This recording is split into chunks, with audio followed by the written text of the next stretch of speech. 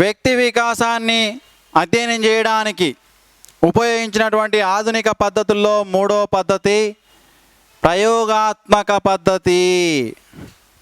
ప్రయోగాత్మక పద్ధతి. దీనిని ఆంగ్లంలో ఏమంటున్నాం అంటే ఎక్స్పెరిమెంటల్ మెథడ్ అంటున్నాం. ఆంగ్లంలో ఏమంటున్నాం అంటే ఎక్స్పెరిమెంటల్ మెథడ్ అంటున్నాం. సో ఈ ఎక్స్పెరిమెంటల్ మెథడ్కు 1879 తర్వాత 1879 సంవత్సరం తర్వాత బాగా ప్రాచుర్యంలోనికి రావడం జరిగింది. దానికి ఒక ప్రత్యేకమైనటువంటి కారణం ఉంది. ఏం కారణం చెప్పండి? 1879లో ఏం జరిగింది? ఏం జరగలేదా? జరిగింది కదా. 1879లో WH వూంట్ ఏం చేశాడు? వూంట్ మనోవిజ్ఞాన శాస్త్ర ప్రయోగశాలను స్థాపించి మనోవిజ్ఞాన శాస్త్రం ఒక ప్రత్యేక శాస్త్రంగా ఆవిర్భవించడం జరిగింది. మనోవిజ్ఞాన శాస్త్రము ప్రత్యేక శాస్త్రంగా ఆవిర్భవించిన తర్వాత జీవి యొక్క ప్రవర్తనను లేదా వ్యక్తి యొక్క ప్రవర్తనను అధ్యయనం చేయడానికి విస్తృతంగా ఉపయోగించినటువంటి అధ్యయన పద్ధతి ఏమిటి అంటే ప్రయోగాత్మక పద్ధతి. మరి ఏదైనా ఒక విషయాన్ని ఏదైనా ఒక ఫలితాన్ని రాబట్టాలి అంటే శాస్త్రోపకంగా లేదా ప్రయోగాత్మకంగా ప్రయోగాలు నిర్వహించి ఫలితాలను రాబట్టినట్లయితే వాటికి విశ్వసనీయత ఉంటుంది. కాబట్టి ఈ ప్రయోగాత్మక పద్ధతిని వివిధ రకాల పేర్లతో పిలవడం జరుగుతూ ఉంటుంది. ఒకటి సప్రమాణత పద్ధతి అంటాం. దీన్ని సప్రమాణత పద్ధతి అంటాము. ప్రాక్టికబిలిటీ అంటాం. ఇంగ్లీష్లో దీన్ని ఏమంటామండి? ప్రాక్టికబిలిటీ అంటాము. ప్రాక్టికబిలిటీ అంటాం.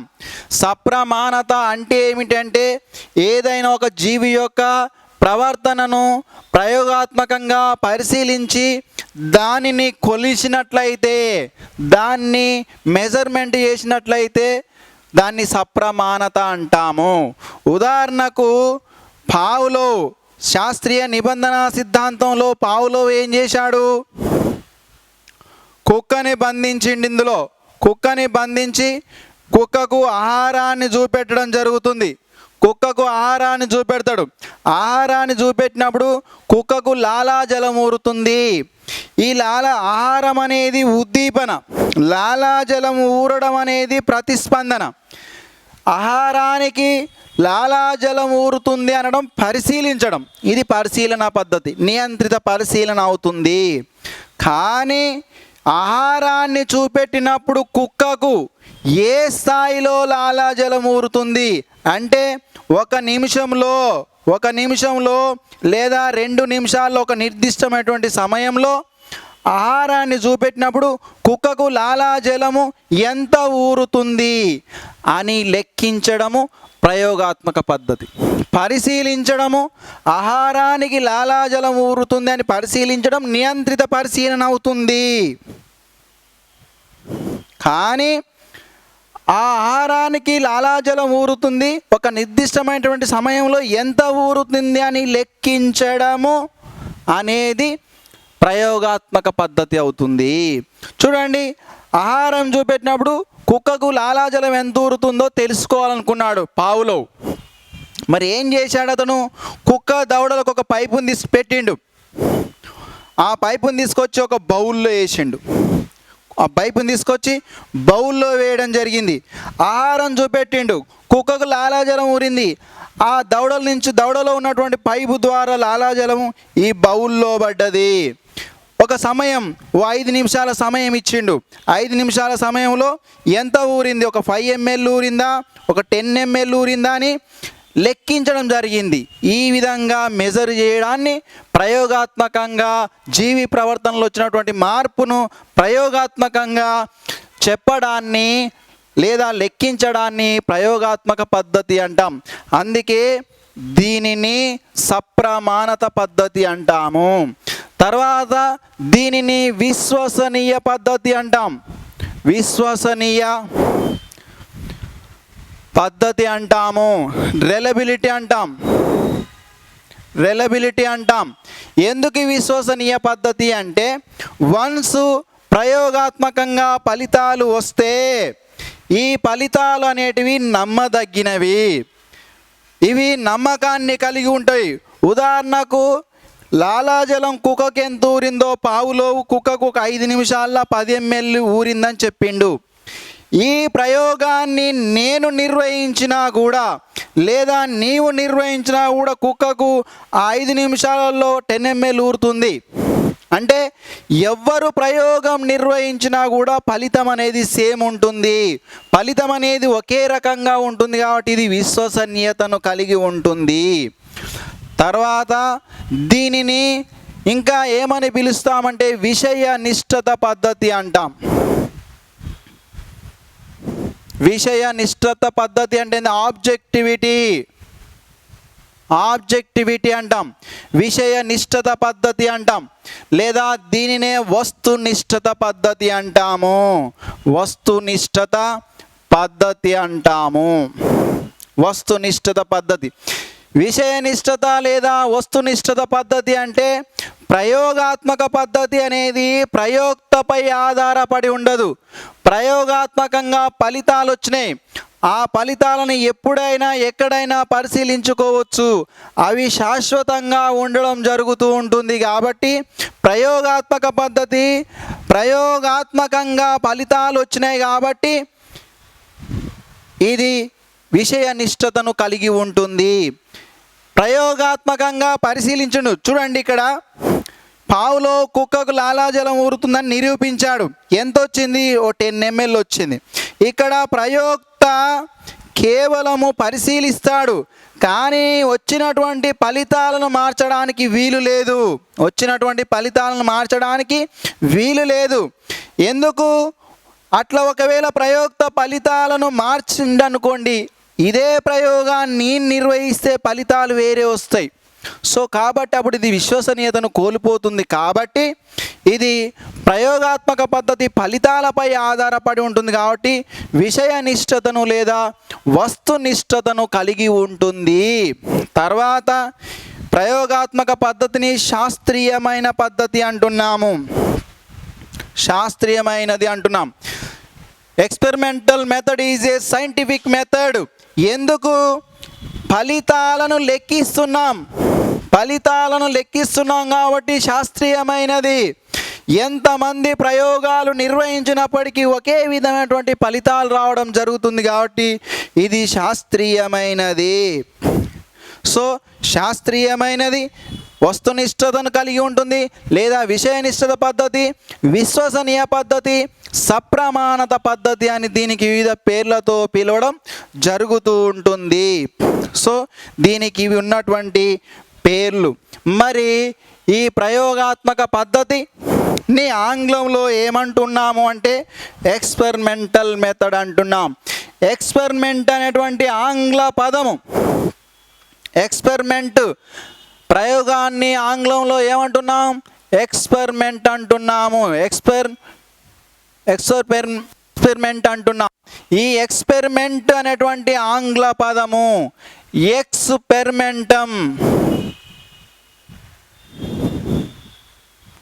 ఎక్స్పెరిమెంటం అనేటువంటి లాటిన్ భాషా పదము నుండి ఆవిర్భవించింది. అనేటువంటిది లాటిన్ భాషా పదము నుండి ఆవిర్భవించింది. ఏ భాషా పదము నుండి? ఎక్స్పెరిమెంటం అనే లాటిన్ భాషా పదము నుండి ఆవిర్భవించింది. మరి ఎక్స్పెరిమెంటం అనగా ట్రయల్ ఆర్ టెస్ట్. ఏమంటున్నాం? ట్రయల్ లేదా టెస్ట్. ట్రయల్ లేదా టెస్ట్ అంటే పరీక్ష లేదా పరీక్షించడం అనే అర్థము. అంటే ఏదైనా ఒక విషయాన్ని మనం పరీక్షించి ఫలితాలను రాబట్టడం జరుగుతుంది అని అర్థము. ఏదైనా ఒక విషయాన్ని పరీక్షించి ఫలితాలను రాబట్టడం అనేది జరుగుతుంది అని చెప్పడం జరుగుతూ ఉంటుంది. మరి ఈ ప్రయోగాత్మక పద్ధతి అంటే ఏమిటి? నిర్వచనాలు. కృత్రిమంగా నియంత్రించిన సన్నివేశంలో కృత్రిమంగా నియంత్రించిన సన్నివేశంలో కృత్రిమంగా నియంత్రించిన సన్నివేశంలో జీవి ప్రవర్తనను అధ్యయనం చేసి నమోదు చేసి విశ్లేషించి వ్యాఖ్యానించే పద్ధతే ప్రయోగాత్మక పద్ధతి. ఏమంటున్నావు? కృత్రిమంగా నియంత్రించిన సన్నివేశంలో జీవి ప్రవర్తనను అధ్యయనం చేయడమే ప్రయోగాత్మక పద్ధతి అంటున్నాం. సాధారణంగా ప్రయోగాత్మక పద్ధతి అంటే ఇక్కడ నియంత్రించాలి. ప్రతి విషయాన్ని, ఏ అంశాన్ని అయితే మనం పరిశీలిస్తున్నామో దానిని బంధించాలి లేదా నియంత్రించాలి. ఆ సన్నివేశంలో జరిగేటట్టు చూసి ఆ జీవిలో వచ్చినటువంటి మార్పును అధ్యయనం చేయడము ప్రయోగాత్మక పద్ధతి. మరియు ఉద్దీపనకు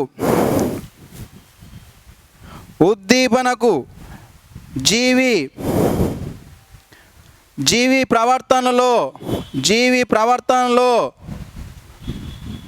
వచ్చిన మార్పును కొలవడాన్ని ఏమంటున్నాం? కొలవడాన్ని.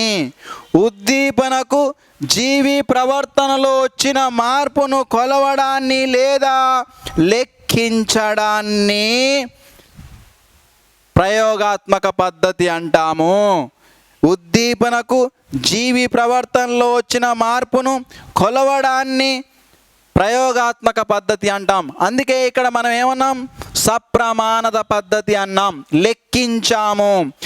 ఉద్దీపనకు జీవి వ్యక్తం చేసే ప్రతిస్పందనలో వచ్చిన మార్పును కొలవడాన్ని కూడా ప్రయోగాత్మక పద్ధతి అంటాము. నెక్స్ట్ 3వ నిర్వచనం, జీవుల యొక్క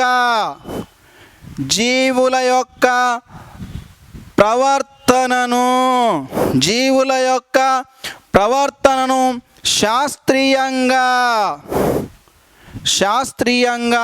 అధ్యయనం చేయడమే ప్రయోగాత్మక పద్ధతి. జీవుల యొక్క ప్రవర్తనను శాస్త్రీయంగా అధ్యయనం చేయడమే ప్రయోగాత్మక పద్ధతి. జీవుల యొక్క అంటున్నాను ఇక్కడ మానవ సమూహం కావచ్చు, జంతు సమూహం కావచ్చు, ఏదైనా కావచ్చు. జీవుల యొక్క ప్రవర్తనను శాస్త్రీయంగా అధ్యయనం చేయడమే ప్రయోగాత్మక పద్ధతి. ఇక్కడ మనకు 3 నిర్వచనాలు వచ్చినాయి. కృత్రిమంగా నియంత్రించిన సన్నివేశంలో జీవి యొక్క ప్రవర్తనను అధ్యయనం చేయడము ప్రయోగాత్మక పద్ధతి. ఉద్దీపనకు అనుగుణంగా జీవి ప్రతిస్పందించినప్పుడు జీవిలో వచ్చిన మార్పును కొలవడాన్ని లేదా లెక్కించడాన్ని ప్రయోగాత్మక పద్ధతి అంటాం. 3వ నిర్వచనం, జీవుల యొక్క ప్రవర్తనను శాస్త్రీయంగా అధ్యయనం చేయడం. శాస్త్రీయంగా అధ్యయనం చేయడం అంటే ఖచ్చితమైనటువంటి ఫలితాలను రాబట్టడం ప్రయోగాత్మక పద్ధతి. ఇవి నిర్వచనాలు. మరి ప్రయోగాత్మక పద్ధతిలో ఒక జీవి యొక్క ప్రవర్తనను తెలుసుకోవాలంటే ప్రయోగశాలలో జీవిని నియంత్రించి అధ్యయనం చేయాలి. మరి ప్రయోగశాలలో జీవిని నియంత్రించి అధ్యయనం చేయాలి అంటే ఇక్కడ ప్రయోగాలు నిర్వహించాలి. మరి ప్రయోగాలు నిర్వహించాలంటే ఏ అంశాలు కావాలి? ప్రయోగాత్మక పద్ధతిలో కావలసినటువంటి అంశాలు ఏంటి అండి? ప్రయోగాత్మక పద్ధతిలో కావలసిన అంశాలు. ప్రయోగాత్మక పద్ధతిలో కావలసిన అంశాలు ప్రధానంగా ఏ అంశాలు అవసరం ఉంటాయి అంటే ప్రయోగశాల అవసరం ఉంటుంది. ప్రయోగశాల అవసరం ఉంటుంది. సో దీన్ని ఏమంటాం? ల్యాబొరేటరీ అంటున్నాము. నెక్స్ట్ ప్రయోగశాలలో రెండో అంశం ఏమిటంటే ప్రయోక్త. సో ఇతన్ని ఎక్స్పెరిమెంటర్ అంటున్నాం. నెక్స్ట్ మూడో వ్యక్తి ప్రయోజ్యుడు. మూడో అంశం ప్రయోజ్యుడు అంటే సబ్జెక్టు. ప్రయోగశాలలో ప్రయోగాలను నిర్వహించడానికి కావలసినటువంటి అంశాలు. నెక్స్ట్ నాలుగో అంశము ఉద్దీపన అంటే ఏంది? స్టిములస్. నెక్స్ట్ ఐదో అంశము ప్రతిస్పందన.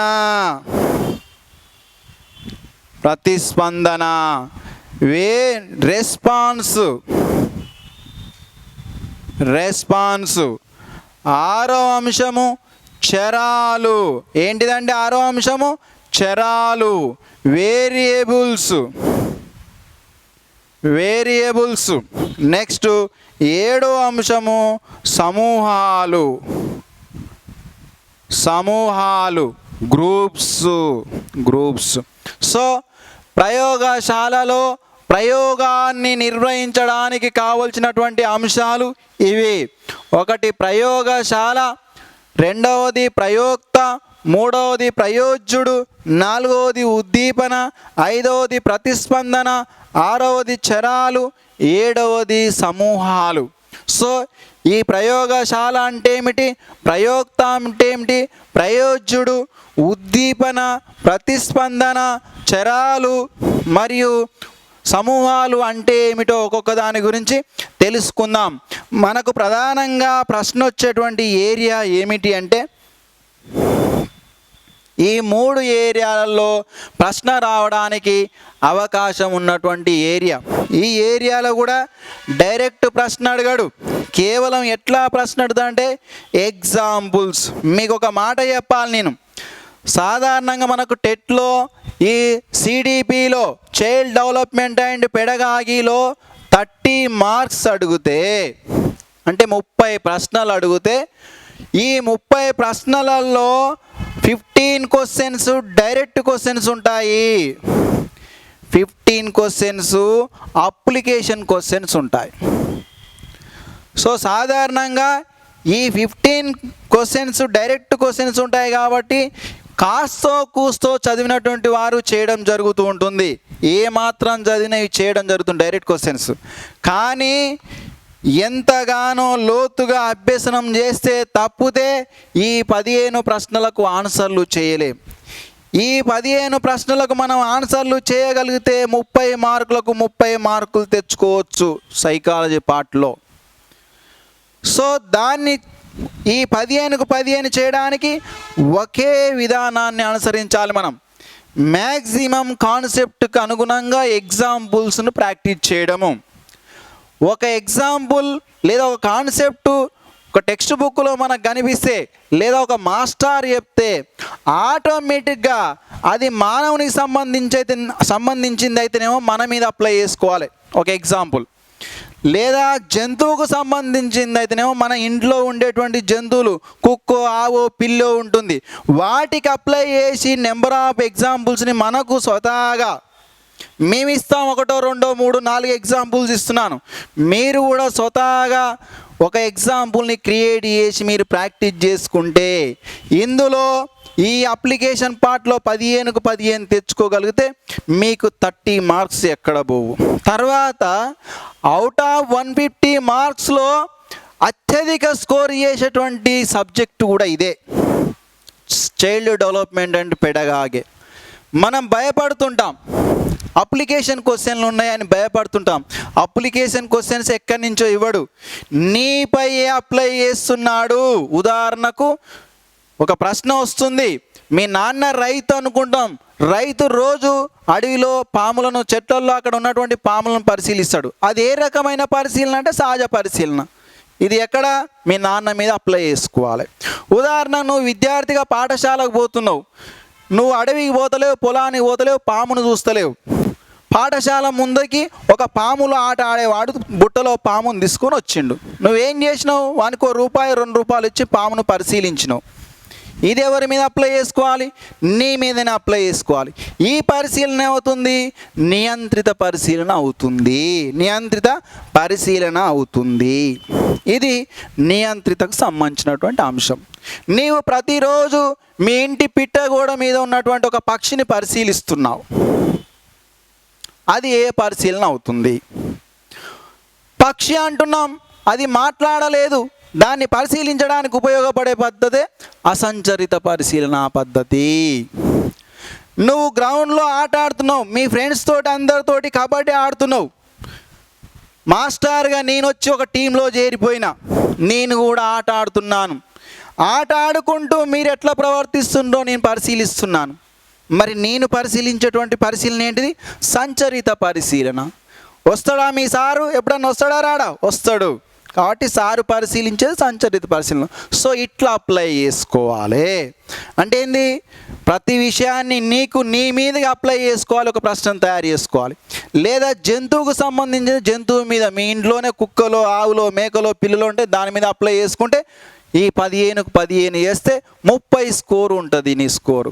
ఇది మనకు డిఎస్సిలో వెయిటేజ్ ఉన్నటువంటి అంశం కాబట్టి కీలకమైన సబ్జెక్టు, డిఫికల్ట్ సబ్జెక్టు మరియు అత్యధికంగా స్కోర్ వచ్చే సబ్జెక్టు కూడా ఇదే. వేరే సబ్జెక్ట్ రావు. యాక్చువల్గా మేము చెప్పినట్టు మీరు చదవగలిగితే 30కి 30 మార్కులు వస్తాయి. సో వీటి గురించి మనం ఒకసారి చూద్దాం. ఇందులో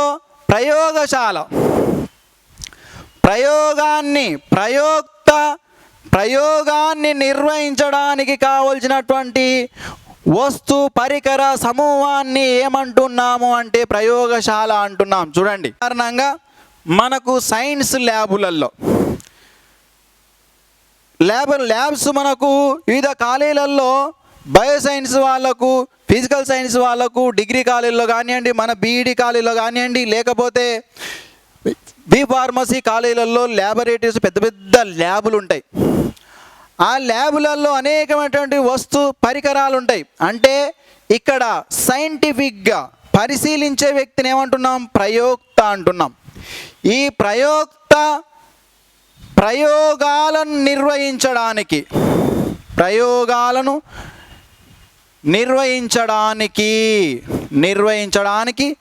కావలసిన వస్తు పరికర సమూహాన్ని ఏమంటున్నాం? ప్రయోగశాల అంటున్నాము. చూడండి, ప్రయోక్త ఒక ప్రయోగాన్ని నిర్వహించడానికి కావలసినటువంటి పరికర సమూహాన్ని లేదా వస్తు పరికర సమూహాన్ని ప్రయోగశాల అంటున్నాం. ఉదాహరణకు మనకు ల్యాబులలో చూస్తుంటాం, ఏముంటాయి? కెమికల్స్ ఉంటాయి, తర్వాత ఇన్స్ట్రుమెంట్స్ ఉంటాయి. మనము ఫర్ ఎగ్జాంపుల్ చాలామంది మీరు గ్రామీణ ప్రాంతాల్లో ఉన్నటువంటి వారు కావచ్చు. మీ గ్రామంలో పాలు ఉంటాయి, పాల సెంటర్ ఉంటుంది, మిల్క్ సెంటర్ ఉంటుంది. మిల్క్ సెంటర్ మీ నాన్న ఇక్కడికి తీసుకెళ్తాడు, ఆ మిల్క్ సెంటర్ దగ్గరికి తీసుకెళ్తాడు. అక్కడ ఉన్నటువంటి పాలు పోసుకునేటువంటి వ్యక్తి ఏం చేస్తాడు? పాలలో ఉన్నటువంటి వెన్న శాతాన్ని పరిశీలించడానికి ఏం చేస్తాడు? లాక్టోమీటర్లో ఏం చేస్తాడు? పాలను ఉంచి కెమికల్ ద్వారా పాలలో వెన్న శాతాన్ని తీయడం జరుగుతూ ఉంటుంది. అంటే మీ గ్రామంలోనే ఒక ప్రయోగశాల ఉంది. దీన్ని మనం గమనించాం. పాల సెంటర్ అంటుంటాం, కానీ పాల సెంటర్ అనేది ఒక ప్రయోగశాల. ఎందుకు? మన పాలలో ఎంత వెన్న శాతం ఉందో ఫలితంగా ఎట్లా శాస్త్రీయంగా చెప్పడానికి ప్రయోగాన్ని నిర్వహిస్తుండు. కెమికల్స్ను పాలను కలిపి దాన్ని ఇలా తిప్పితే పాలలో ఎంత వెన్న శాతం ఉందని తెలుస్తుంది. సో దీన్ని ఏమంటున్నామంటే ప్రయోగాత్మక పద్ధతి అంటున్నాం. మన గ్రామంలో, తర్వాత మీకు ఎగ్జాంపుల్ చెప్తాను, మన గ్రామంలో ఉన్నటువంటి పాల సెంటర్లో లేదా మిల్క్ సెంటర్లో అక్కడ పాలు పోసుకునే వ్యక్తి మన పాలలో ఎంత వెన్న శాతం ఉందో తెలియజేసే పద్ధతి ప్రయోగాత్మక పద్ధతి. గతంలో దీని మీద ఇట్లనే ప్రశ్న అడగడం జరిగింది. సో అక్కడ ఉన్నటువంటి వస్తు పరికరాలు ఏవైతే ఉన్నాయో ఈ పరికర సమూహాన్ని ప్రయోగశాల అంటాము. ఇంకా రెండవ అంశం ప్రయోక్త. ఎక్స్పెరిమెంటర్. ప్రయోగశాలలో ప్రయోగాన్ని నిర్వహించే వ్యక్తిని, ప్రయోగశాలలో ఏదైతే ఉందో ఆ ప్రయోగశాలలో ప్రయోగాన్ని నిర్వహించే వ్యక్తిని ప్రయోక్త అంటాము. ఏమంటాము? ప్రయోగశాలలో ఎవరో ఒకరుండి తప్పకుండా ప్రయోగాలను నిర్వహిస్తాడు. ఆ ప్రయోగాలను నిర్వహించేటువంటి వ్యక్తినే ప్రయోక్త అంటాము. సాధారణంగా ఈ ప్రయోక్త ఏం చేస్తాడు? ప్రయోగాలను నిర్వహించి వచ్చినటువంటి ఫలితాలను శాస్త్రీయంగా చెప్పడం జరుగుతూ ఉంటుంది. నెక్స్ట్ ప్రయోజ్యుడు. మూడో అంశం ఏంటిదండి? ప్రయోజ్యుడు. ఇతన్నే సబ్జెక్ట్ అంటాం. ప్రయోగశాలలో ప్రయోగానికి గురయ్యేటువంటి వ్యక్తిని, ప్రయోగశాలలో ప్రయోగానికి గురయ్యే వ్యక్తిని ఏమంటున్నాం? ప్రయోజ్యుడు అంటాము. ప్రయోగశాలలో పరిశీలింపబడే వ్యక్తిని కూడా ప్రయోజ్యుడే అంటాం. ప్రయోగశాలలో ప్రయోగానికి గురయ్యే వ్యక్తిని ప్రయోజ్యుడు అంటాం, లేదా పరిశీలింపబడే వ్యక్తిని ప్రయోజ్యుడు అంటాం. ఇక్కడ ప్రయోక్త ఎవరిని పరిశీలిస్తాడు? ప్రయోజ్యుని పరిశీలించడం జరుగుతూ ఉంటుంది. ప్రయోక్త ప్రయోజ్యుని పరిశీలించి అతనిలో వచ్చినటువంటి మార్పులను శాస్త్రీయంగా అధ్యయనం చేయడాన్నే ప్రయోగాత్మక పద్ధతి. ప్రయోక్త ప్రయోగశాలలో ప్రయోజ్యుని శాస్త్రీయంగా అధ్యయనం చేయడమే ప్రయోగాత్మక పద్ధతి. ఇది మనకు ఉన్నటువంటి పద్ధతి. ఉదాహరణకు మనకు పావులోవు చేసినటువంటి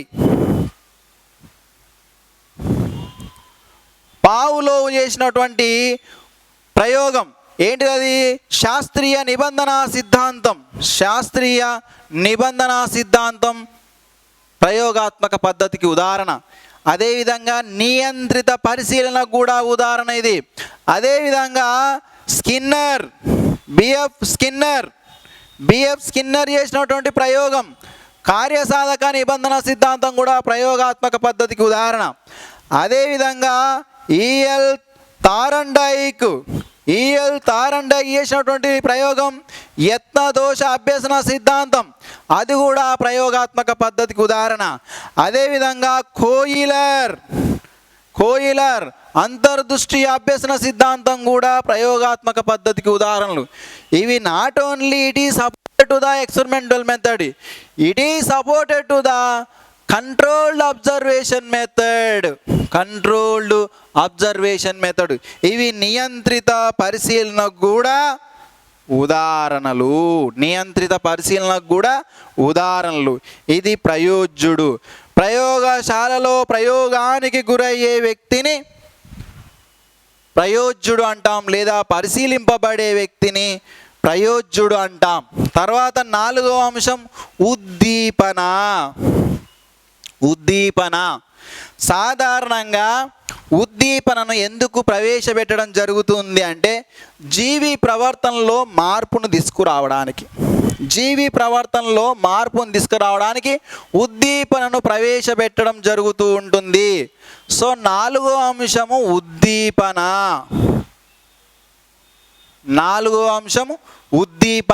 దీన్ని ఏమంటున్నాం? స్టిములస్ అంటున్నాం. సో ఈ ఉద్దీపనను ఎందుకు ప్రవేశపెడతాము అంటే జీవి ప్రవర్తనలో మార్పు తీసుకురావడానికి, లేదా ఏదైనా ఒక విషయాన్ని శాస్త్రీయంగా అధ్యయనం చేయడానికి ఉద్దీపనను ప్రవేశపెట్టడం జరుగుతుంది. సాధారణంగా ఏదైనా ఒక విషయాన్ని శాస్త్రీయంగా అధ్యయనం చేయడానికి ఉద్దీపనను ప్రవేశపెడతాం. నెక్స్ట్ జీవి ప్రవర్తనలో మార్పును తీసుకురావడానికి ప్రవేశపెట్టేదే ఉద్దీపన. జీవి ప్రవర్తనలో మార్పును తీసుకురావడానికి ప్రవేశపెట్టేదే ఉద్దీపన. సో మీకు ఒక నిర్వచనం చెప్పిన తర్వాత ఉద్దీపన అంటే ఏందో చెప్తాను. ఉదాహరణకు ముందే ఒక ఉదాహరణ చెప్తాను చూడండి. చింతకాయ ఉంది. చింతకాయ. సో మీకు లాలాజలం ఊరుతుందా ఊరుతలేదా అని నేను పరిశీలించదలుచుకున్నాను. నేను ఏ మాట అన్నా మీకు లాలాజలం ఊరట్లేదు. ఏం చేశాను? మీలో మీ ప్రవర్తనలో మార్పు రావడానికి చింతకాయని మీకు చూపెట్టాను. చింతకాయని చూపెట్టగానే మీకు ఏమనిపిస్తుంది? ఇప్పుడు ఆల్రెడీ మీ ఇక్కడ ఉన్నటువంటి గదవలు లొట్టలు వేసుకుంటుంటాయి. ఇవి కింది మీదికి జంపు పంపిస్తాయి. ఏమొస్తుంది మనకు అప్పుడు? చింతకాయని చూడగానే లాలాజలం ఊరుతుంది. వ్యక్తిలో మార్పు ఏంటిది? లాలాజలం ఊరడం. ఈ లాలాజలం ఊరడానికి దోహదపడినటువంటి కారకం ఏంటిది అంటే చింతకాయ. లాలాజలం ఊరడానికి దోహదపడినటువంటి కారకం ఏంటిది అంటే చింతకాయ. అంటే ఇక్కడ డెఫినేషన్ ఏంది అంటే జీవి ప్రవర్తనలో మార్పుకు దోహదం చేసే ఏ బాహ్య కారకాన్ని అయినా, జీవి ప్రవర్తనలో మార్పుకు దోహదం చేసే ఏ బాహ్య కారకాన్ని అయినా ఉద్దీపన అంటాము. రైట్. జీవి ప్రవర్తనలో మార్పుకు దోహదం చేసే ఏ బాహ్య కారకాన్ని అయినా ఉద్దీపన అంటాం. ఉదాహరణకు బహుమతి తీసుకుందాం, లేదా ఇంజెక్షన్ తీసుకుందాం. ఇంజెక్షన్ చూడండి. ఒక తల్లి ఏం చేసింది? తన పాపకు తనకు పుట్టిన శిశువుకు జ్వరం వచ్చింది, డాక్టర్ కాడికి తీసుకుపోయింది. ఆ పిల్లవాడికి ఇంజెక్షన్ అంటే తెలియదు అప్పటి వరకు. డాక్టర్ దగ్గర పోయినాక ఇంజెక్షన్లో ఆ మెడిసిన్ ఎక్కించి వానికి ఇక్కడ ఇంజెక్షన్ వేసినప్పుడు పిల్లవాడు ఏడవడం జరుగుతుంది.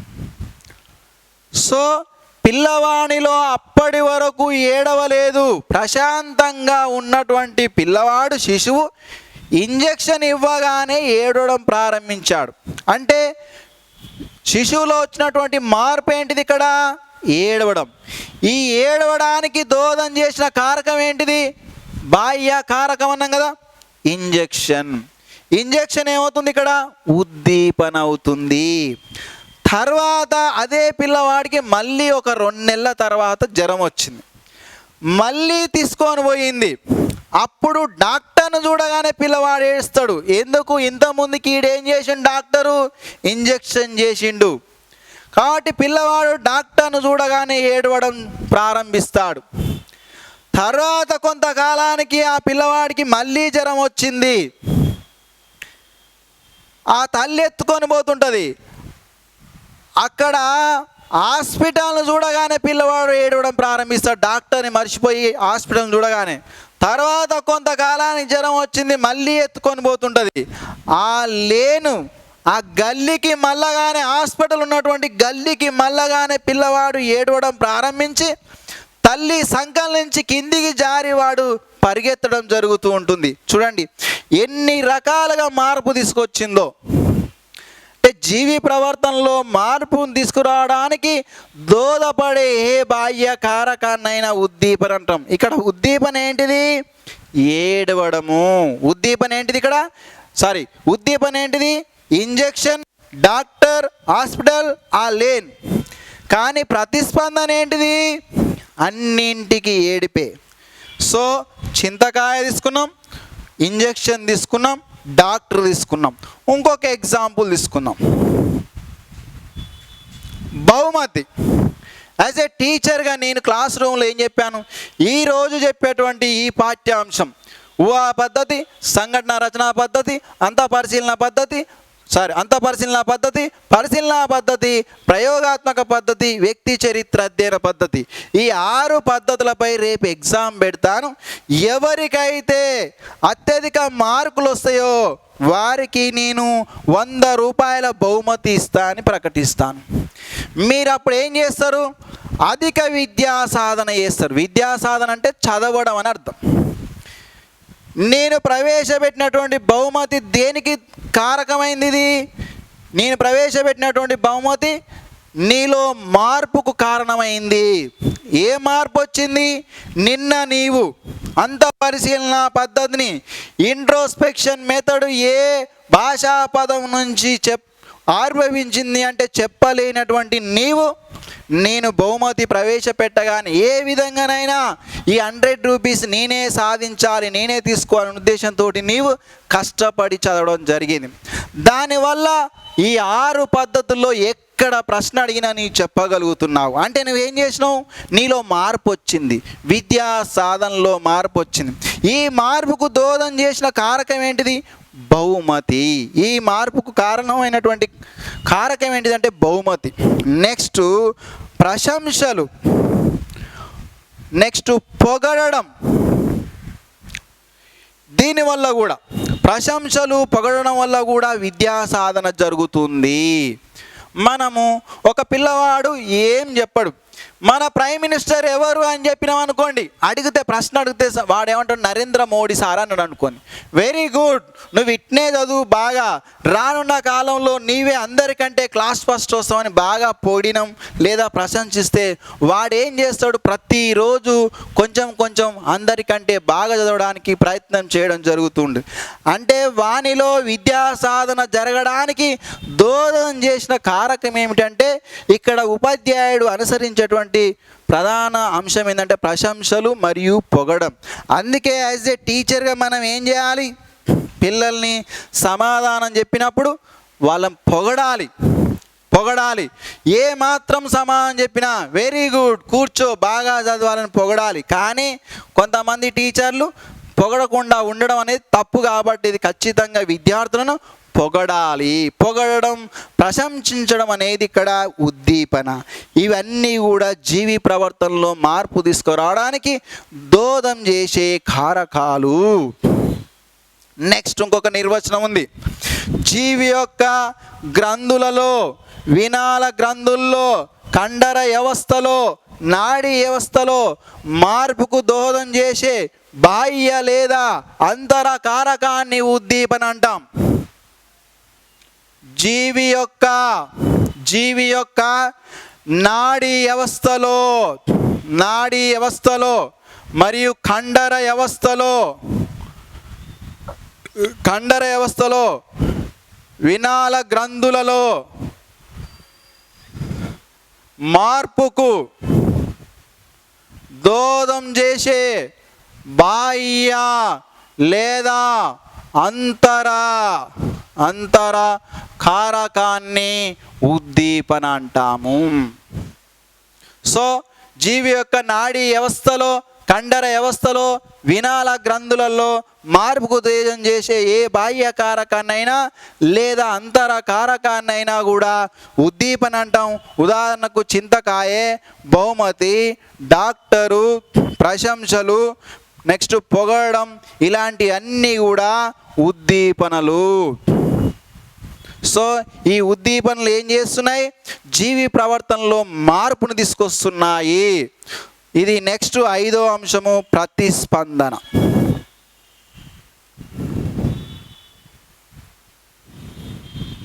రైట్, ప్రతిస్పందన 5వ అంశము ప్రతిస్పందన. రెస్పాన్స్ ఉద్దీపనకు అనుగుణంగా సమాధానం ఇవ్వడమే ప్రతిస్పందన అంటున్నాము.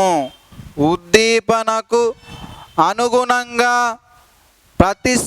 సమాధానం ఇవ్వడమే ప్రతిస్పందన. ఉద్దీపనకు అనుగుణంగా సమాధానం ఇవ్వడమే ప్రతిస్పందన. అదేవిధంగా వ్యక్తి ఉద్దీపనకు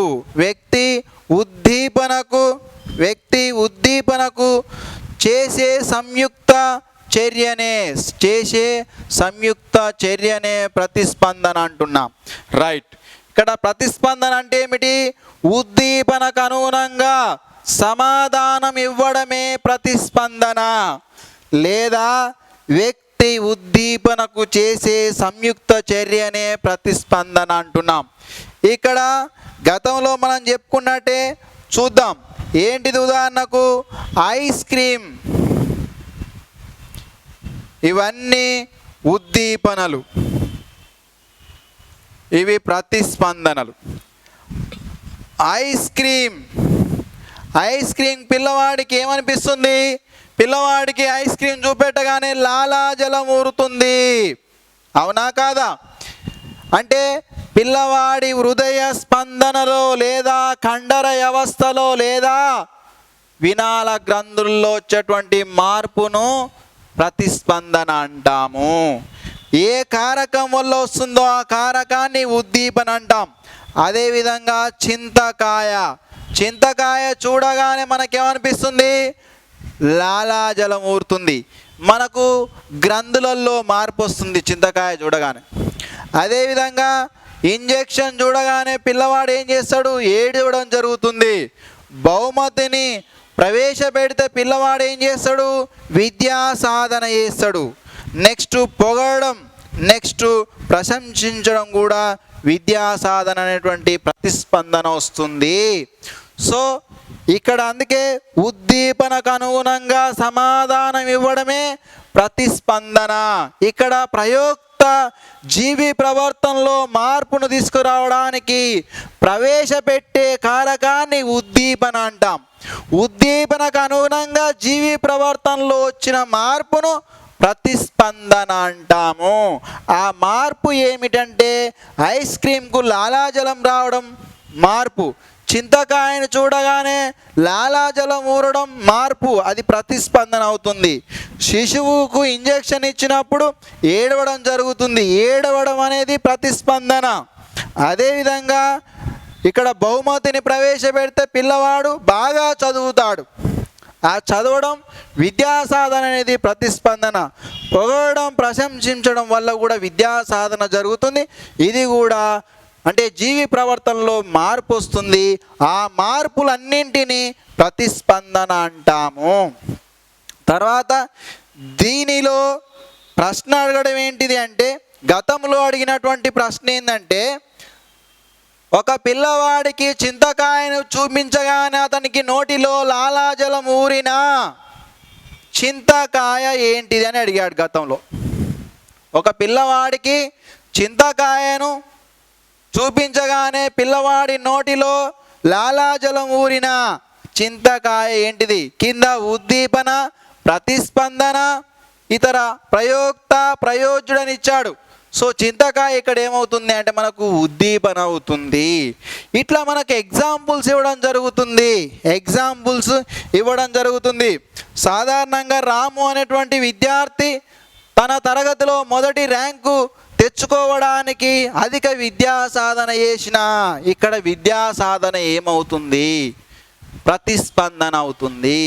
మొదటి ర్యాంక్ ఏమవుతుంది? ఇక్కడ మొదటి ర్యాంకు తెచ్చుకోవడానికి కష్టపడి విద్యా సాధన చేసింది కాబట్టి మొదటి ర్యాంకు అనేది బహుమతి. మొదటి ర్యాంక్ అనేది ఇక్కడ నథింగ్ బట్ బహుమతి కాబట్టి అది ఉద్దీపన అవుతుంది. సో ఈ విధంగా మనకు ఎగ్జాంపుల్స్ రావడం జరుగుతుంది. ప్రశ్నలు ఎగ్జాంపుల్స్ వచ్చినప్పుడు నీవు పాఠశాల దశలో ఉన్నప్పుడు నీవు కానీ లేదా మీ ఫ్రెండ్స్ తరగతి గదిలో మొదటి ర్యాంకు సాధించడానికి ఏం చేసినరో వారికి అప్లై చేసుకుంటే మనకు ప్రశ్నకు సమాధానం దొరుకుతుంది. కాబట్టి ప్రతిదీ కూడా మనపై మనకే అప్లై చేసుకోవాలి. నెక్స్ట్ 6వ అంశము చరాలు. 6వ అంశము చరాలు. ప్రశ్న మనకు ఇక్కడ సాధారణంగా రావడం జరుగుతూ ఉంటుంది. 6వ అంశము చరాలు. దీన్నే వేరియబుల్స్ అంటాము. చరాలు అంటే ఏంటిది? వేరియబుల్స్, చరాలు. సో ఇక్కడ చరము అంటే ఏమిటి? జీవి హృదయ స్పందనలో మార్పుకు దోహదం చేసే ఉద్దీపనను చరము అంటాము. ఏమంటున్నాం? జీవి హృదయ స్పందనలో హృదయంలో మార్పుకు దోహదం చేసే ఉద్దీపనను లేదా కారకాన్ని చరము అంటున్నాము. సో చరము అంటే కూడా ఏం లేదు, నథింగ్ బట్ ఉద్దీపన లేదా స్టిమ్యులస్ అని అర్థము. జీవి హృదయ స్పందనలో లేదా హృదయంలో మార్పుకు దోహదం చేసే ఉద్దీపన లేదా కారకాన్ని చరము అంటున్నాము.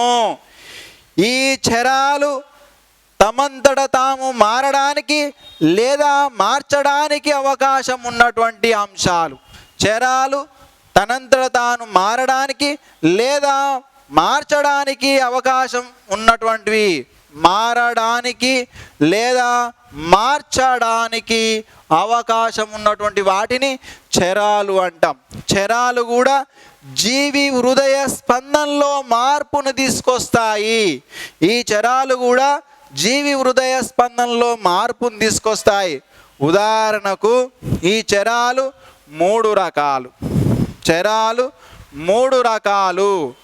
ఒకటి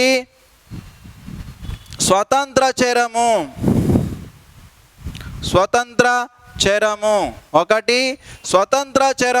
దీన్ని ఇండిపెండెంట్ వేరియబుల్ అంటాము. స్వతంత్ర చరము. రెండవది పరతంత్ర చరము. దీన్ని ఏమంటున్నామంటే డిపెండెడ్ వేరియబుల్ అంటున్నాం. నెక్స్ట్ మూడవది మధ్యస్థ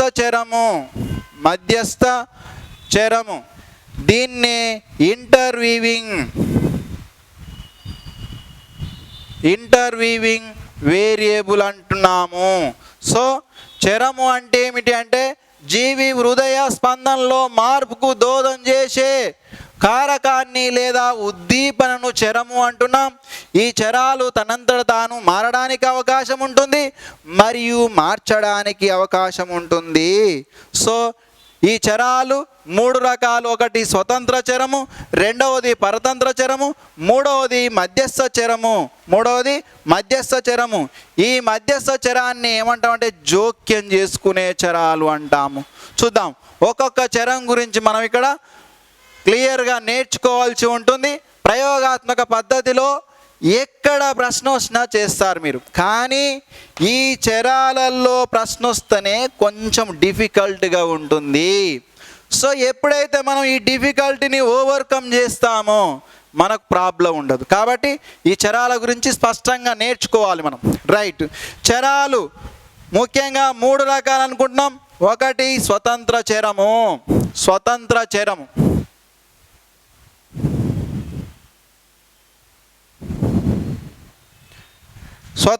చరము అంటే ఏమిటి? ఒకటే కాన్సెప్ట్, సింగిల్ కాన్సెప్ట్. ఉద్దీపనలు, జీవి ప్రవర్తనలో మార్పుకు దోహదం చేసే కారకాన్ని ఉద్దీపన అన్నాం కదా గతంలో. ఆ ఉద్దీపనలను చరము స్వతంత్ర చరము అంటారు. సింపుల్గా కాన్సెప్ట్ ఏంటంటే జీవి ప్రవర్తనలో మార్పుకు దోహదం చేసే ఏ బాహ్య కారకాన్నైనా కూడా గతంలో ఉద్దీపన అన్నాము. స్వతంత్ర చరము అంటే ఏమిటి? ఉద్దీపనలను స్వతంత్ర చరము అంటాము. అంటే ఏంటిది ఇక్కడ? ఈ స్వతంత్ర చరము అంటే జీవి ప్రవర్తనలో మార్పుకు దోహదం చేసే కారకమే స్వతంత్ర చరము. అంటే ఇక్కడ స్వతంత్ర చరము అనగా ఉద్దీపన అని అర్థం. ఒక్కటే కాన్సెప్ట్. స్వతంత్ర చరము అనగా ఉద్దీపన అని అర్థం. ఉద్దీపన ఏం చేస్తుంది? జీవి ప్రవర్తనలో మార్పును కలగజేసే కారకం ఇది. కాబట్టి ఈ ఉద్దీపనలను ఎవరు ప్రవేశపెడతారు? జీవి ప్రవర్తనలో మార్పును తీసుకురావడానికి ఉద్దీపనను ఎవరు ప్రవేశపెడతారు? ప్రయోక్త ప్రవేశపెడతాడు. ఎవరు ప్రవేశపెడతారు? ప్రయోక్త ప్రవేశపెడతాడు. ఎందుకోసము? జీవి ప్రవర్తనలో మార్పును తీసుకురావడానికి, జీవి ప్రవర్తనలో మార్పును తీసుకురావడానికి ప్రయోక్త ఉద్దీపనను ప్రవేశపెడతాడు. కాబట్టి ఈ ఉద్దీపనలు ఎవరి ఆధీనంలో ఉంటాయి? స్వతంత్ర చరాలు ఎవరి ఆధీనంలో ఉంటాయి అంటే స్వతంత్ర చరాలు ప్రయోక్త ఆధీనంలో ఉంటాయి. ప్రయోక్త ఆధీనంలో ఉంటాయి.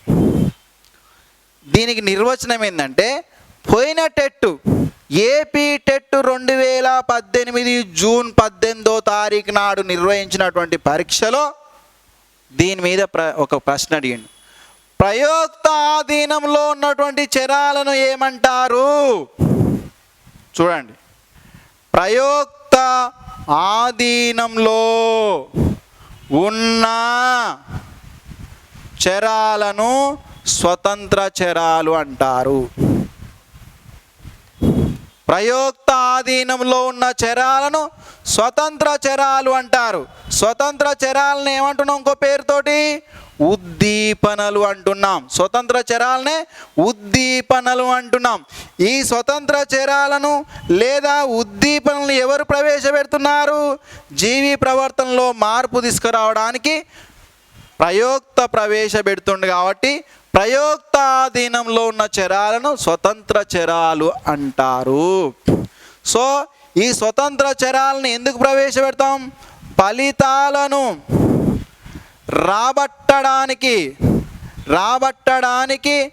ఫలితాలను రాబట్టడానికి ప్రవేశపెట్టే చరాలను స్వతంత్ర చరాలు అంటారు. ఫలితాలను, ఏం ఫలితాలు? జీవి ప్రవర్తనలో మార్పు. ఫలితం అంటే ఏంది ఇక్కడ? జీవి ప్రవర్తనలో మార్పు. జీవి ప్రవర్తనలో వచ్చినటువంటి మార్పును లేదా ఫలితాలను, జీవి ప్రవర్తనలో మార్పును తీసుకురావడానికి లేదా ఫలితాలను రాబట్టడానికి ప్రవేశపెట్టే చరాలను స్వతంత్ర చరం అంటాము. సో ఎగ్జాంపుల్ ఏంటిది ఇక్కడ? జీవి ప్రవర్తనలో మార్పు. ఒక పిల్లవాడు ఏడవాలి. ఇది జీవి ప్రవర్తనలో మార్పు తీసుకురావాలి. దీని కొరకు మనం ఏం చేస్తున్నాం? ఇంజెక్షన్ ఇస్తున్నాం. సో ఇక్కడ ఇంజెక్షన్ ఏమవుతుంది? ఫలితాలను రాబట్టడానికి ప్రవేశపెట్టే కారకాలను లేదా చరాలను స్వతంత్ర చరం అంటున్నాం. ఏడుపు అనేటువంటి ఫలితాన్ని తీసుకురావడానికి, మార్పును తీసుకురావడానికి మనం ఏం చేస్తున్నాం? పిల్లవాడికి ఇంజెక్షన్ ఇస్తున్నాం. ఇంజెక్షన్ అనేది స్వతంత్ర చరం. ఇంజెక్షన్ అనేది స్వతంత్ర చరము. ఏడుపు అనేది తర్వాత చూద్దాం దాని గురించి. రైట్. నెక్స్ట్, ఫలితాలను రాబట్టడానికి ప్రవేశపెట్టే చరాలను స్వతంత్ర చరాలు అంటారు. ఫలితాలను రాబట్టడానికి ప్రవేశపెట్టే చరాలను స్వతంత్ర చరాలు అంటారు. నెక్స్ట్, ప్రయోక్త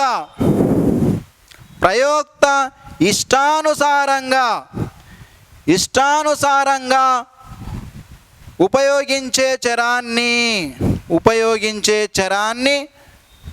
ప్రయోక్త తన ఇష్టానుసారంగా ఉపయోగించే చరాన్ని స్వతంత్ర చరం అంటారు. రైట్. ప్రయోక్త ఏమనుకుంటుండే ఇక్కడ? జీవి ప్రవర్తనలో మార్పు తీసుకురావాలనుకుంటున్నాడు. కానీ ఒక ఉద్దీపనను ప్రవేశపెట్టినప్పుడు జీవి ప్రవర్తనలో మార్పు రాలే. ఉదాహరణకు ఐస్ క్రీమ్ అని తీసుకుందాం.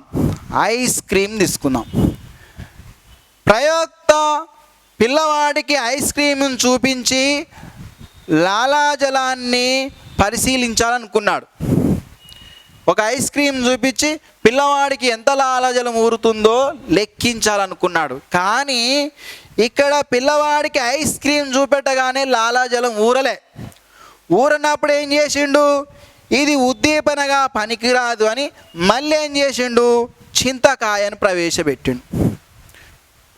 ఆ శిశువులో లాలాజలం ఎంత ఊరుతుందో పరిశీలించడానికి ఐస్ క్రీమ్ ప్రవేశపెడితే రాలే కాబట్టి దాని స్థానంలో చింతకాయను చూపించడం జరిగింది. అంటే ఏంది ఇక్కడ? ప్రయోక్త ఇష్టానుసారంగా ఉపయోగించే చరాలను స్వతంత్ర చరము అంటాం. అంటే ప్రయోజ్యుని ప్రవర్తనలో మార్పు తీసుకురావడానికి ప్రయోక్త ఉపయోగించే చరాలను స్వతంత్ర చరము అంటాము. సో ఈ విధంగా స్వతంత్ర చరాలు అంటే డెఫినేషన్స్. ప్రయోక్త ఆధీనంలో ఉన్న చరాలను స్వతంత్ర చరము అంటాం. ప్రయోక్త ఇష్టానుసారంగా ఉపయోగించే చరాలను స్వతంత్ర చరం అంటాం. ప్రయోగంలో ఫలితాన్ని రాబట్టడానికి ప్రవేశపెట్టే చరాలను స్వతంత్ర చరం అంటాం. ఈ స్వతంత్ర చరాలు ఎవరి ఆధీనంలో ఉంటాయి అంటే ప్రయోక్త ఆధీనంలో ఉంటాయి. ఇది దీనికి సంబంధించినటువంటి కాన్సెప్ట్. ఒక్కటే ఇక్కడ మేజర్. స్వతంత్ర చరము అనగా ఉద్దీపన. స్వతంత్ర చరము అనగా ఉద్దీపన అని అనుకుంటే మనకు కాన్సెప్ట్ క్లియర్గా అర్థమవుతుంది. రైట్, ఇక్కడ ఒక ఎగ్జాంపుల్ చెప్తాను మీకు.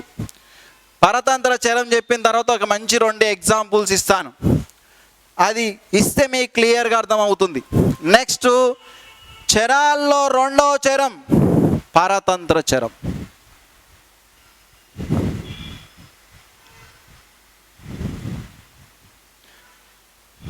డిపెండెంట్ వేరియబుల్స్ అంటాం. డిపెండెంట్ వేరియబుల్స్ అంటాం. ప్రయోక్త ఆధీనంలో ఉన్న చరాన్ని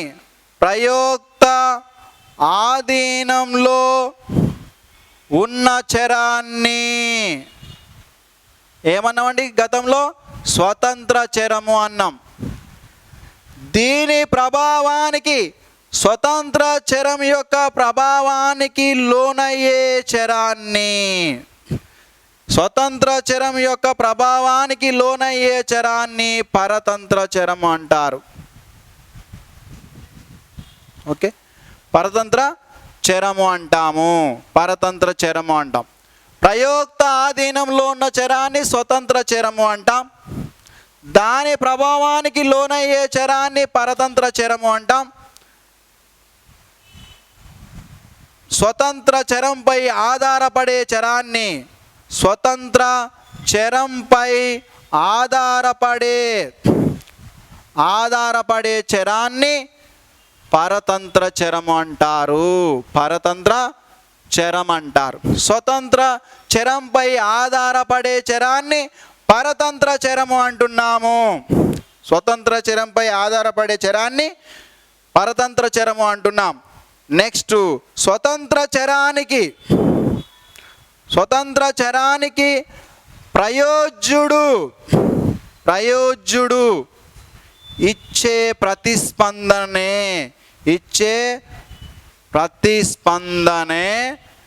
పరతంత్ర చరం. రైట్, ఇప్పుడు కాన్సెప్ట్ క్లియర్గా ఇక్కడికి వచ్చే వరకు అర్థమైంది. స్వతంత్ర చరానికి ప్రయోజ్యుడు ఇచ్చే ప్రతిస్పందనే పరతంత్ర చరము. అంటే ఇక్కడ మనము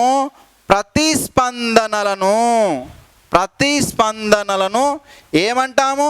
ప్రతిస్పందనలను పరతంత్ర చరము అంటారు.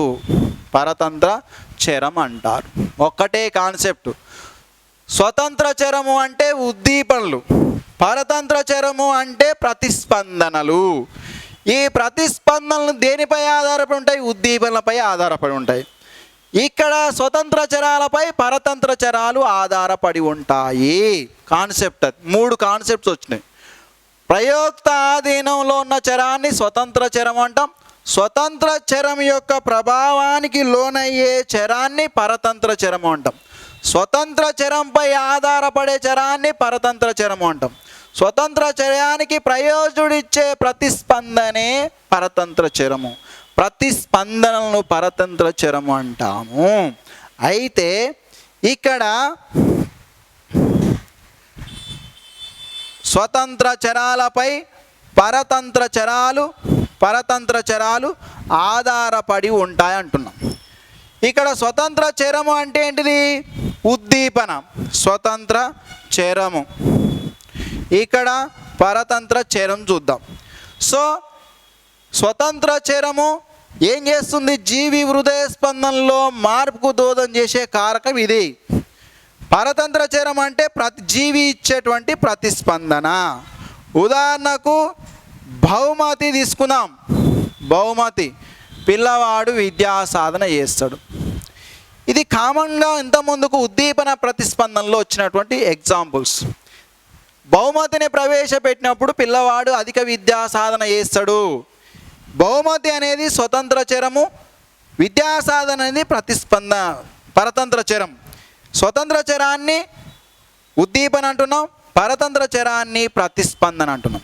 అయితే ఇక్కడ రెండు మీకు మంచి ఎగ్జాంపుల్ చెప్తాను.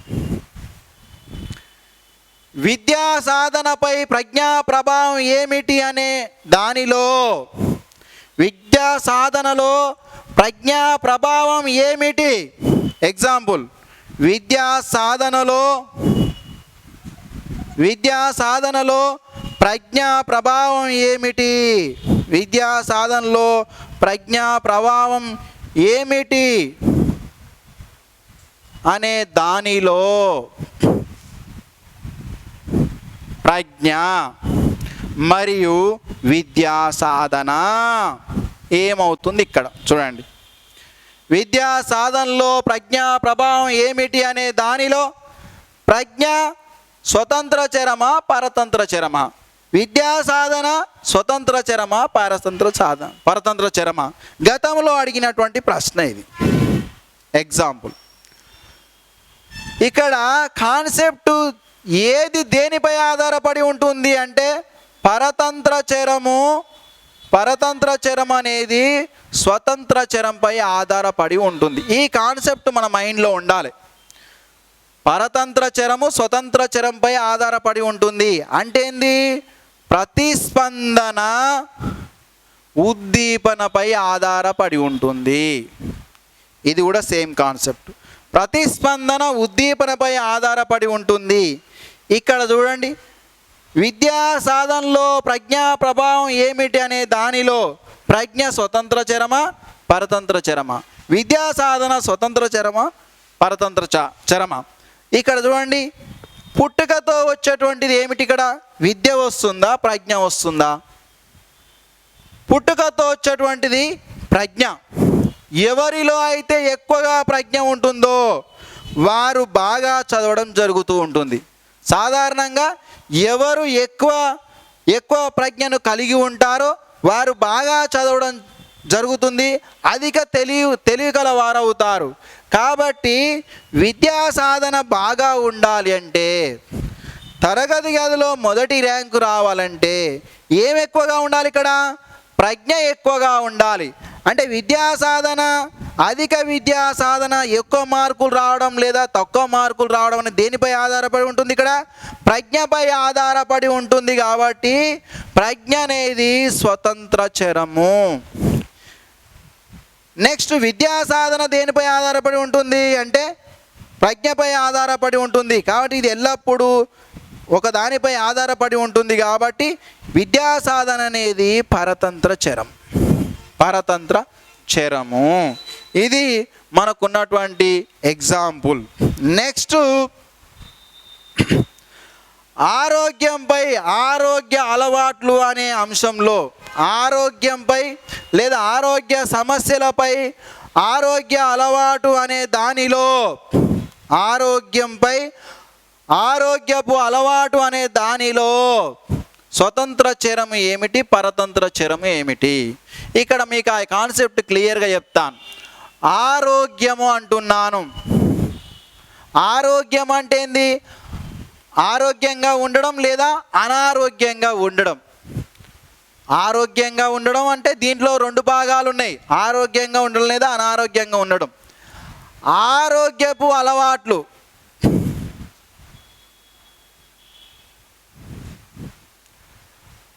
ఆరోగ్యంపై ఆరోగ్యపు అలవాట్లు ఏ విధంగా ప్రభావాన్ని చూపుతుంది అనే అంశంలో ఒక వ్యక్తి ఆరోగ్యంపై ఆరోగ్యపు అలవాట్లు అనేవి ఏ విధంగా ప్రభావితం చూపుతుంది లేదా ప్రభావాన్ని చూపుతుంది అనే అంశంలో ఆరోగ్యపు అలవాట్లు, ఆరోగ్యం ఏమేమి అంశాలు అని చూస్తే ఒక్కసారి ఆరోగ్యంపై ఆరోగ్యపు అలవాట్ల ప్రభావం ఏ విధంగా ఉంటుంది అనే అంశంలో ఆరోగ్యపు అలవాట్లు స్వతంత్ర చరం అవుతుందా పరతంత్ర చరం అవుతుందా అంటే చూడండి, ఆరోగ్యపు అలవాట్లు అంటే ఏంటి? ఉదాహరణకు మార్నింగ్ లేవగానే బ్రష్ చేసుకోవడము, కాలకృత్యాలు తీర్చుకున్న తర్వాత చేతులను కాళ్ళను మంచిగా కడుక్కోవడము, అన్నం తినే ముందు చేతులు కడుక్కోవడము, ఇంట్లోకి వచ్చే ముందు కాళ్ళను కడుక్కోవడం, అన్నం తిన్న తర్వాత కూడా బ్రష్ చేయడము, తర్వాత మనకు పెరుగుతున్నటువంటి నెయిల్స్ని కట్ చేసుకోవడం అనేటిది ఆరోగ్యపు అలవాట్లు. ఈ ఆరోగ్యపు అలవాట్లను మనం పాటిస్తేనే మనము మంచి ఆరోగ్యాన్ని కలిగి ఉంటాము. లేకపోతే ఏమవుతుంది? మనం ఈ ఆరోగ్యపు అలవాట్లను మనం పాటించకపోతే అనారోగ్యానికి గురవుతాము. కాబట్టి ఆరోగ్యం అనేది దేనిపై ఆధారపడి ఉంటుంది? ఇక్కడ మనం ఆరోగ్యంగా ఉండాలనా లేదా అనారోగ్యంగా ఉండాలనేది దేనిపై ఆధారపడి ఉంటుంది అంటే ఆరోగ్యపు అలవాట్లపై ఆధారపడి ఉంటుంది. ఎప్పుడైనా దేనిపై ఆధారపడి ఉంటుందో ఆధారపడే దాన్ని ఏమంటున్నామంటే పరతంత్ర చరము అంటాము. ఒక్కటే మాట, పరతంత్ర చరము అంటాం. ఇండిపెండెంట్గా ఉంటుందో, ఏదైనా ఒక అంశంపై ప్రభావాన్ని చూపుతుందో ఆ ప్రభావాన్ని చూపే కారకాన్ని, జీవి ప్రవర్తనలో మార్పుకు దోహదం చేసే కారకాన్ని ఏమంటున్నామంటే స్వతంత్ర చరము అంటున్నాము. ఇది పరతంత్ర చరం మరియు స్వతంత్ర చరం గురించి అంశాలు. ఇంకా తర్వాత మనకున్నటువంటి అంశం, మూడో అంశం, అతి ముఖ్యమైనటువంటి అంశము మధ్యస్థ చరాలు. మధ్యస్థ చరాలు మూడో అంశం ఏమిటండి? మధ్యస్థ చరాలు. మధ్యస్థ చరాలు వీటిని ఏమంటున్నాం? జోక్యం చేసుకునే చరాలు అంటున్నాము. వీటిని ఇంటర్వీవింగ్ వేరియబుల్స్ అంటున్నాము. మధ్యస్థ చరాలు అంటే ఏమిటి అంటే స్వతంత్ర చరాలకు మరియు పరతంత్ర చరాలకు మధ్యగా వచ్చి, స్వతంత్ర చరాలకు మరియు పరతంత్ర చరాలకు మధ్యగా వచ్చి స్వతంత్ర చరాలకు మరియు పరతంత్ర చరాలకు మధ్యగా వచ్చి పరతంత్ర చరాలపై ప్రభావం చూపే కారకాన్ని పరతంత్ర చరంపై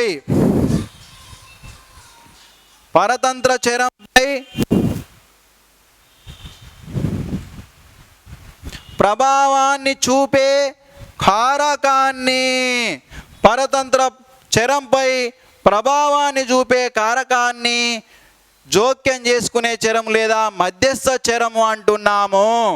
స్వతంత్ర చరానికి మరియు పరతంత్ర చరానికి మధ్యగా వచ్చి లేదా అనుకోకుండా వచ్చి పరతంత్ర చరంపై ప్రభావాన్ని చూపే చరాన్ని,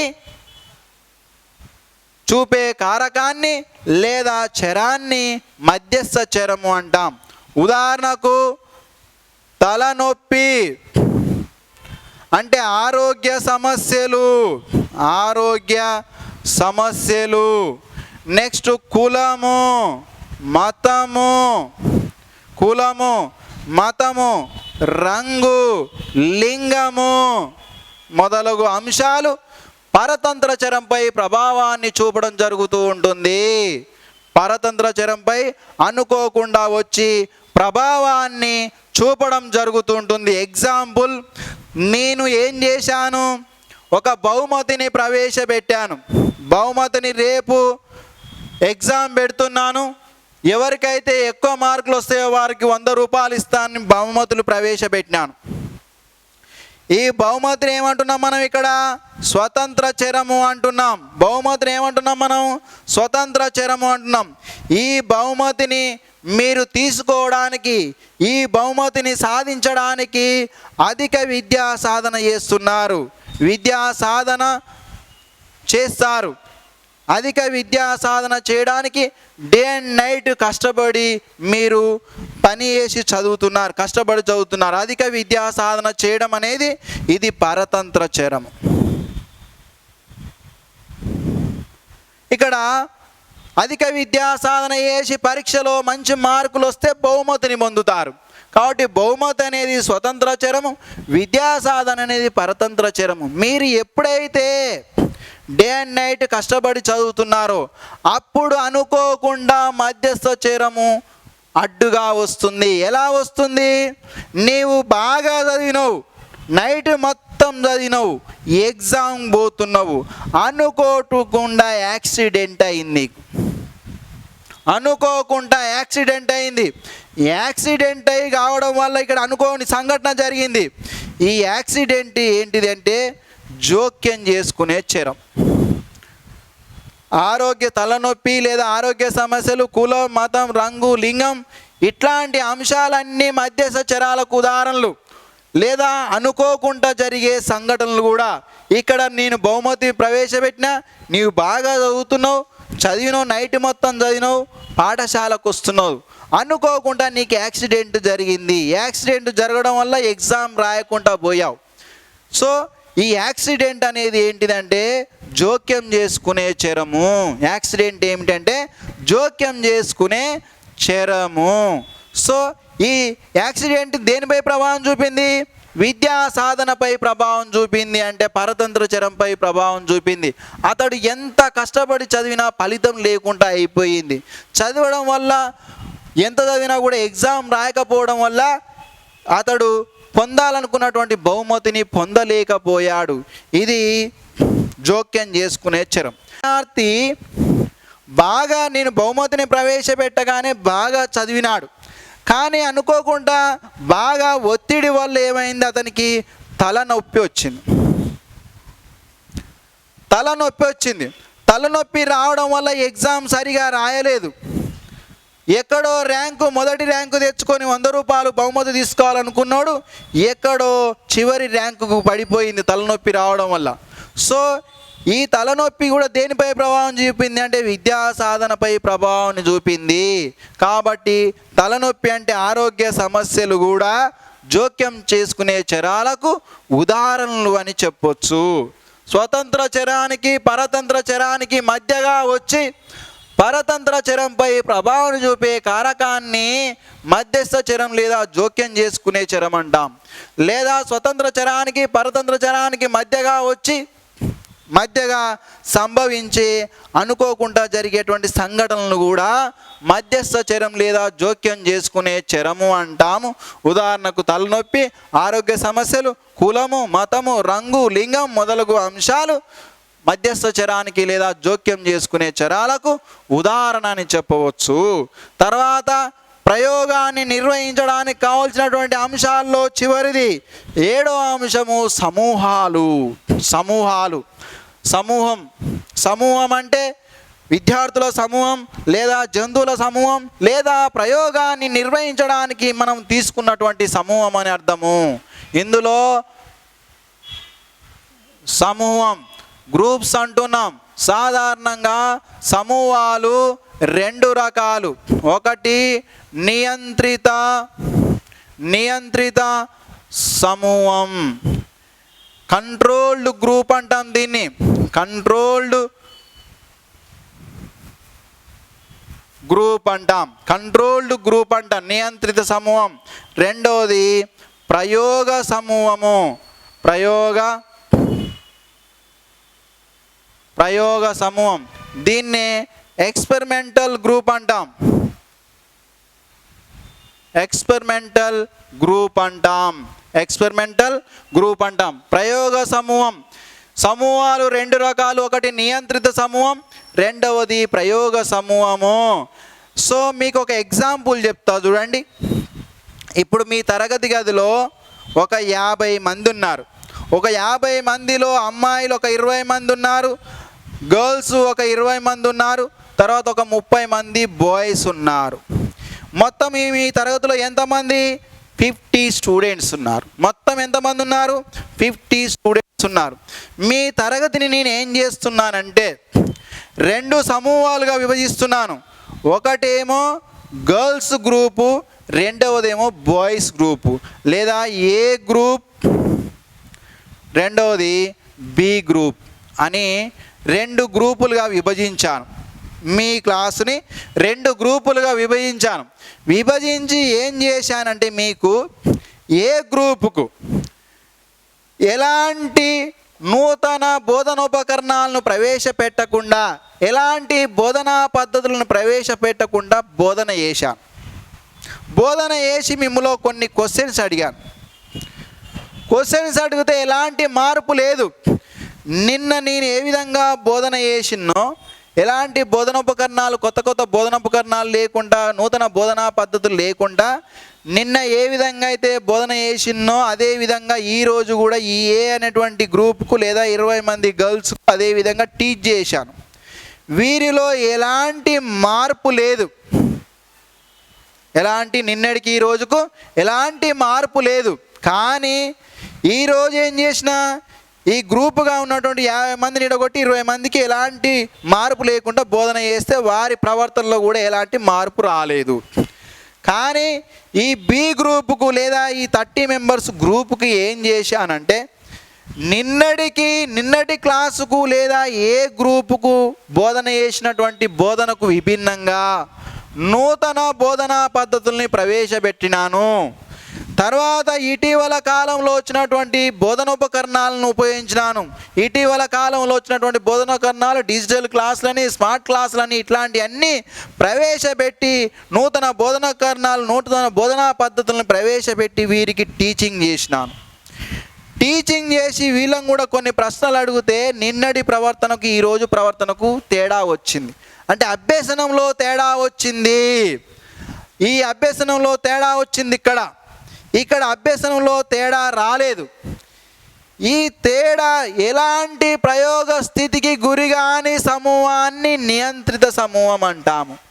వీరికి నిన్నెట్లా బోధన చేసినామో ఈరోజు కూడా అట్నే చేస్తే వీరి ప్రవర్తనలో అభ్యసనంలో మార్పు రాలేదు. కాబట్టి ఎలాంటి ప్రయోగానికి గురిగాని సమూహాన్ని,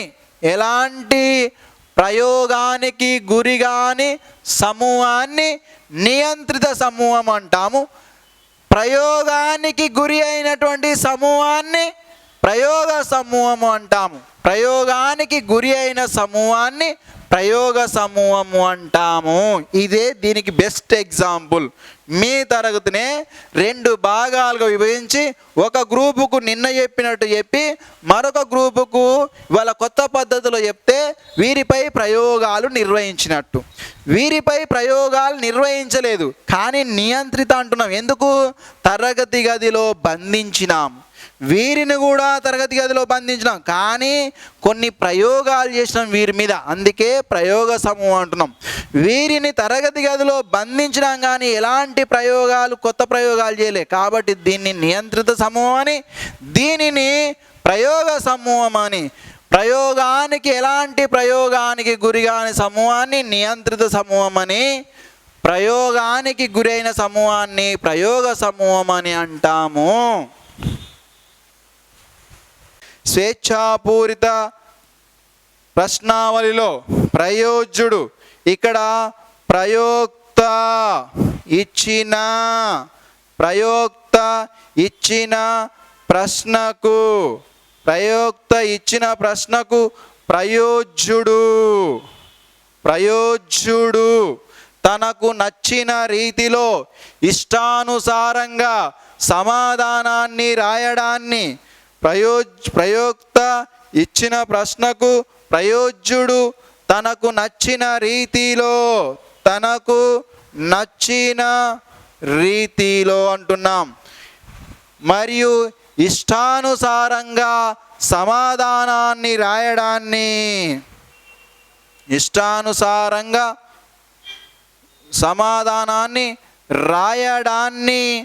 స్వేచ్ఛాపూరిత ప్రశ్నావళి అంటున్నాం. ఏమంటున్నాం ఇక్కడ? ప్రయోక్త ఇచ్చిన ప్రశ్నకు ప్రయోజ్యుడు తనకు నచ్చిన రీతిలో ఇష్టానుసారంగా సమాధానాన్ని రాయడాన్ని స్వేచ్ఛాపూరిత ప్రశ్నావళి అంటాం. ఉదాహరణకు 4 సంవత్సరాల 4 years బిఎడ్ కోర్సుపై నీ అభిప్రాయం ఏమిటి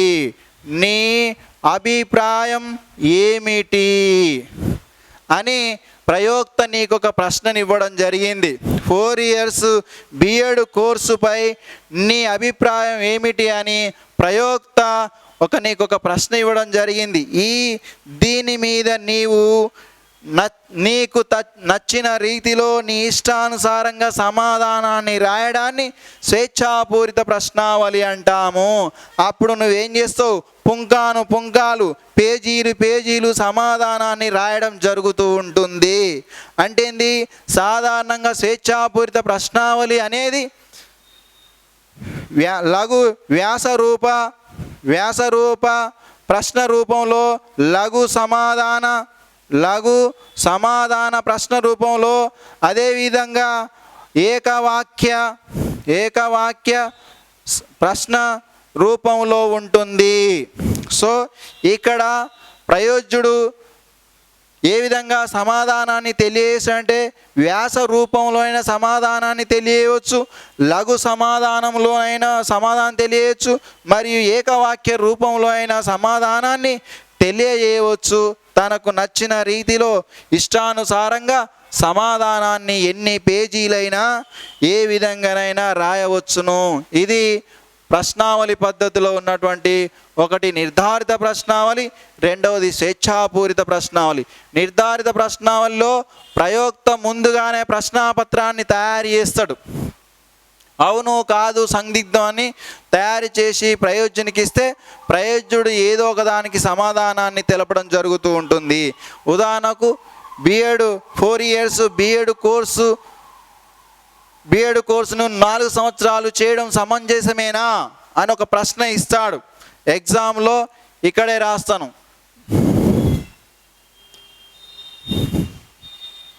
బిఎడ్ కోర్సును 4 ఇయర్స్ చేయడం